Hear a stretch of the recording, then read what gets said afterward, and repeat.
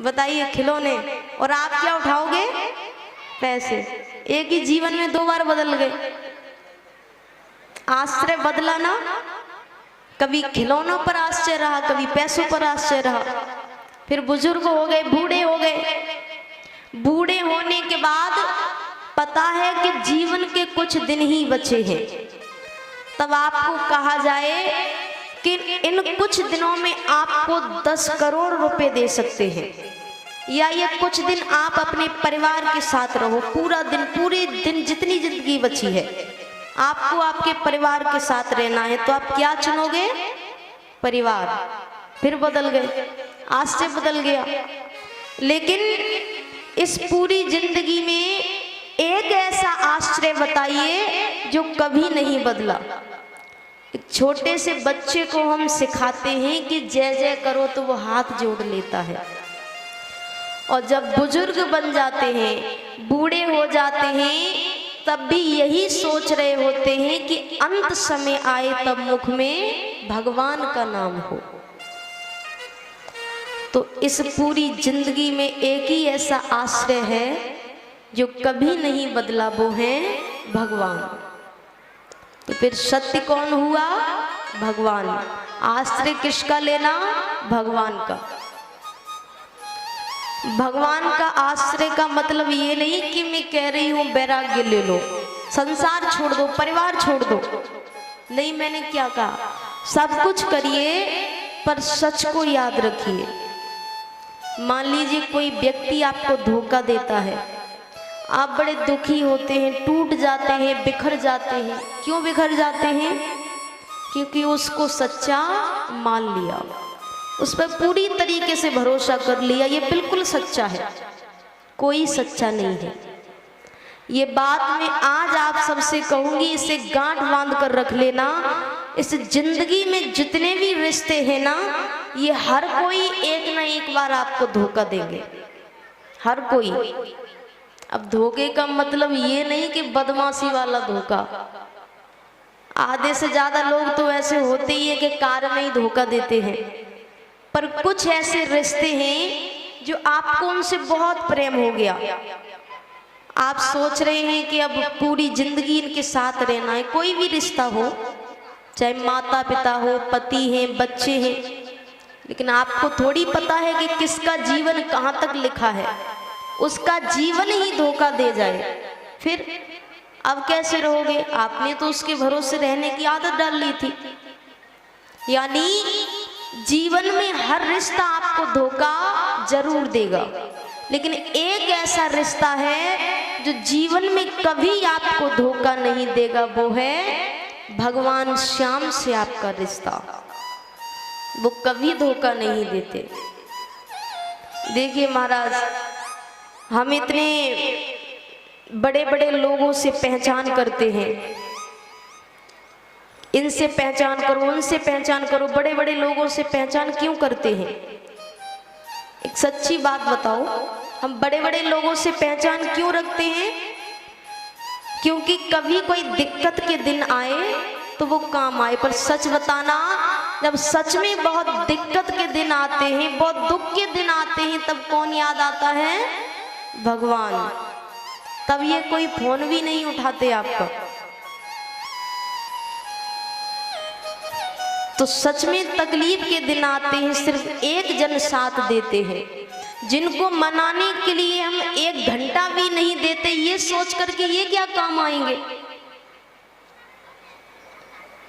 और बड़े बड़े लोगों से पहचान बनाओ, इन्हें फोन करो, इन्हें फोन करो, यहाँ जाओ, वहां जाओ, पर हर वक्त जो आपके पीछे खड़ा रहता है, उसके लिए आपके पास जरा सा भी समय नहीं। और समय है भी तो अपने अनुसार। जब हमारी छुट्टियां होती हैं, हमारी दुकानें बंद होती हैं, तब हम भगवान को समय देते हैं। शादियों में 10-10 दिन तक दुकानें बंद करके चले जाते हैं, तब किसी के काम में कोई नुकसान नहीं पहुंचता। पर कथा के 7 दिनों में सब यही कहते हैं कि संडे के दिन आएंगे। अब एक सच्ची बात बताऊं आपको, ऐसा कभी हो ना किसी के साथ, भगवान कभी ना करे। अगर कभी सच में कभी दिक्कत के दिन आए, कोई संकट आए, और भगवान के पास जाओ, मंदिर में जाओ, हे भगवान मेरी रक्षा करो, बहुत तकलीफ है, तो भगवान आपसे कहेंगे कि संडे के दिन आना, उस दिन मेरी छुट्टी है, तो आपको कैसा लगेगा? और उनको कैसा लगता होगा कि जब संकट के दिन आते हैं तो मुझे ऐसे बुलाते हैं कि मानो मैं एक पैर पर खड़ा हूं कि इनका काम करने के लिए मैंने अवतार लिया है। जब इनका टाइम होता है मुझे समय देने के लिए, तब किसी के पास समय नहीं होता। तो परिवार में रहिए, संसार में रहिए, पर इस बात को ध्यान में रखते हुए सच तो यही है, सच का आश्रय यानी भगवान का आश्रय। और भगवान का स्वरूप बताया है आनंद। हम आनंद को बाहर घूमने की कोशिश करते हैं, यहाँ चले जाएंगे बड़ा आनंद आएगा, ये सुन लेंगे बड़ा आनंद आएगा, ये देख लेंगे बड़ा आनंद आएगा, यहाँ घूम आएंगे बड़ा आनंद आएगा, पर वो कुछ समय के आनंद होते हैं। ऐसा क्यों? क्योंकि बड़े बड़े संत ऋषिगण वनों में तपस्या करते हैं, पर वो खुश हैं। वहां पर कोई परिवार नहीं, कोई रिश्तेदार नहीं, कोई मॉल नहीं, कुछ नहीं, पर वो कितने खुश हैं। क्यों? क्योंकि उन्होंने अपने अंदर के आनंद को पहचान लिया है। उनको खुश रहने के लिए किसी भी चीज की जरूरत नहीं है। हमें है, हम तो खुशी पर भी किसी और पर निर्भर हैं और दुखी पर भी किसी और पर निर्भर हैं। यानी हमने अपने जीवन का रिमोट कंट्रोल किसी और के हाथ में देकर रखा है कि भाई जैसे चाहो वैसे खेलो। एक व्यक्ति, उसे कहीं बाहर जाना था, बहुत सुंदर तैयार होके, खास करके मान लीजिए महिलाएं, इनको बहुत आदत होती है मेकअप करने की, तो बहुत भारी साड़ी, महंगी साड़ी पहनी है, बाल सुंदर बनाए, बहुत अच्छा मेकअप किया है, कांच में अपने आप को देख रहे हैं, बड़े सुंदर लग रहे हैं, बड़ी खुशी हो रही है, आज तो बड़े सुंदर दिख रहे हैं। घर से बाहर पैर रखा, पड़ोस वाली ने कह दिया अरे क्या पहना, ये बिल्कुल अच्छा नहीं लग रहा, सारी खुशी चली गई। अब पूरे दिन यही सोचते रहेंगे क्या पहन लिया, भले ही उस ठीक वाले ने, सामने वाले ने ठीक से देखा ना हो, पर उसने जो कह दिया वो सच है, हमें तो बुद्धि है ही नहीं।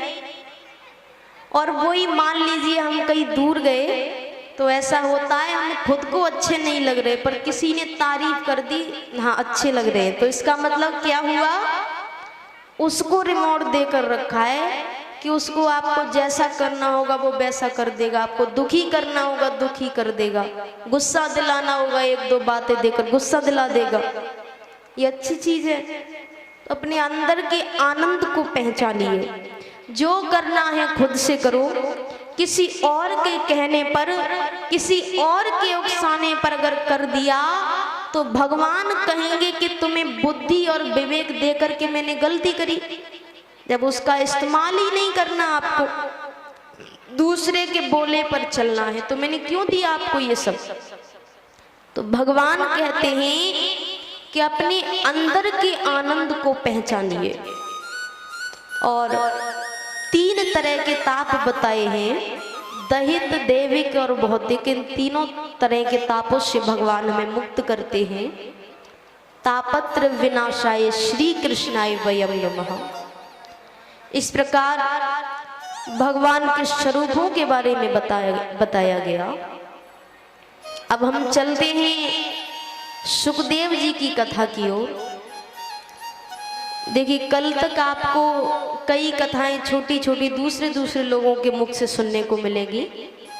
कल से हम सुखदेव जी के मुख से कथा सुनेंगे। अभी तो थोड़ी कहीं से थोड़ी कहीं से, तो सुखदेव जी के जन्म के बारे में अभी हम कथा सुनेंगे। पर सबसे पहले जिन्होंने यहाँ पर गुरु बनाए हैं, कितनों हैं यहाँ पर, कितने लोग हैं जिन्होंने गुरु बनाए हैं? हाथ उठाना। किसी ने नहीं बनाए। कितने लोग हैं यहाँ पर जिन्होंने गुरु बनाए हैं? हाथ उठाना। तो अपने गुरुओं को याद करिए, और जिन्होंने नहीं बनाए हैं वो प्रार्थना करिए कि भगवान हमें सुखदेव जी जैसे गुरु मिले। गुरु भी कैसे मिलते हैं, ये भी एक महत्वपूर्ण बात है। कहा जाता है कि गुरु भी बनाए पर 100 बार परख करके बनाए। गुरु वही होता है जो आपको भगवान से जोड़ दे, जो खुद से जोड़ दे वो गुरु नहीं है। आप गुरु से जुड़ने के बाद भगवान से ज्यादा उनकी पूजा कर रहे हो, भगवान की तस्वीरों की जगह अपने गुरु की तस्वीर लगा रहे हो, मतलब यानी आप गलत राह पर चल रहे हो। गुरु सच्चे वही होते हैं जो खुद की जगह आपको भगवान से जोड़ दे। तो आइए सुखदेव जी के अवतार की कथा अलग अलग शास्त्रों में अलग अलग ढंग से बताई गई है, पर तंत्र कथा के अनुसार एक बार ब्रह्मा जी ने एक बहुत बड़ी सभा का आयोजन किया। उस सभा में सभी को बुलाया गया, राजा महाराजा देवी देवता ऋषिगण सब आते हैं।